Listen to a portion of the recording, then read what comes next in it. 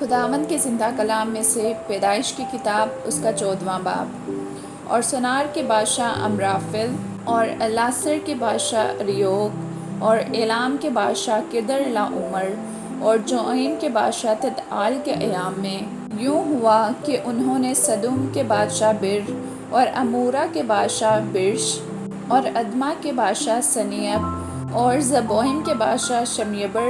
اور بالے یعنی سکھر کے بادشاہ سے جنگ کی۔ یہ سب سدیم یعنی دریائے شور کی وادی میں اکٹھے ہوئے۔ 12 برس تک وہ کدر لاعمر کے متاع رہے، پر 13ویں برس انہوں نے سرکشی کی۔ اور 14ویں برس کدر لاعمر اور اس کے ساتھ کے بادشاہ آئے اور رفائیم کو استراعت کرنیم میں اور زوزیوں کو حام میں اور ایمم کو سوئے کریتم میں اور حوریوں کو ان کے کوہ شیر میں مارتے مارتے الفاران تک جو بیابان سے لگا ہوا ہے آئے۔ پھر وہ لوٹ کر عین مسافات یعنی قادس پہنچے اور امالیکیوں کے تمام ملک کو اور اموریوں کو جو حسسون تمر میں رہتے تھے مارا۔ تب سدوم کا بادشاہ اور امورا کا بادشاہ اور ادما کا بادشاہ اور سبوئیم کا بادشاہ اور بالے یعنی سکر کے بادشاہ نکلے اور انہوں نے سدیم کی وادی میں معرکہ آرائی کی، تاکہ ایلام کے بادشاہ کدر لاعمر اور جوئیم کے بادشاہ تدعال اور سنار کے بادشاہ امرافل اور الاسر کے بادشاہ اریوگ سے جنگ کریں، اور 4 بادشاہ ان 5 کے مقابلہ میں تھے۔ سدیم کی وادی میں جا بجان نفط کے گھڑے تھے، اور سدوم اور امورا کے بادشاہ بھاگتے بھاگتے وہاں گرے، اور جو بچے پہاڑ پر بھاگ گئے۔ تب وہ سدوم اور امورا کا سب مال اور وہاں کا سب اناج لے کر چلے گئے، اور ابرام کے بھتیجے لوط کو اور اس کے مال کو بھی لے گئے، کیونکہ وہ سدوم میں رہتا تھا۔ تب ایک نے جو بچ گیا تھا جا کر ابرام عبرانی کو خبر دی جو اسکال اور آنیر کے بھائی ممرے اموری کے بلوتوں میں رہتا تھا، اور یہ ابرام کے ہم عہد تھے۔ جب ابرام نے سنا کہ اس کا بھائی گرفتار ہوا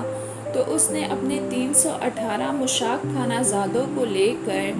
دان تک ان کا تعاقب کیا، اور رات کو اس نے اور اس کے خادموں نے گول گول ہو کر ان پر دھاوا کیا اور ان کو مارا، اور کھوبا تک جو دمشق کے بائیں ہاتھ ہیں ان کا پیچھا کیا، اور وہ سارے مال کو اور اپنے بھائی لوط کو اور اس کے مال اور عورتوں کو بھی اور لوگوں کو بھی واپس پھیر لایا۔ اور جب وہ کدر لاعمر اور اس کے ساتھ کے بادشاہوں کو مار کر پھرا تو سدوم کا بادشاہ اس کے استقبال کو سوئی کی وادی تک جو بادشاہی وادی ہے آیا، اور ملک صدق سالم کا بادشاہ روٹی اور مے لایا،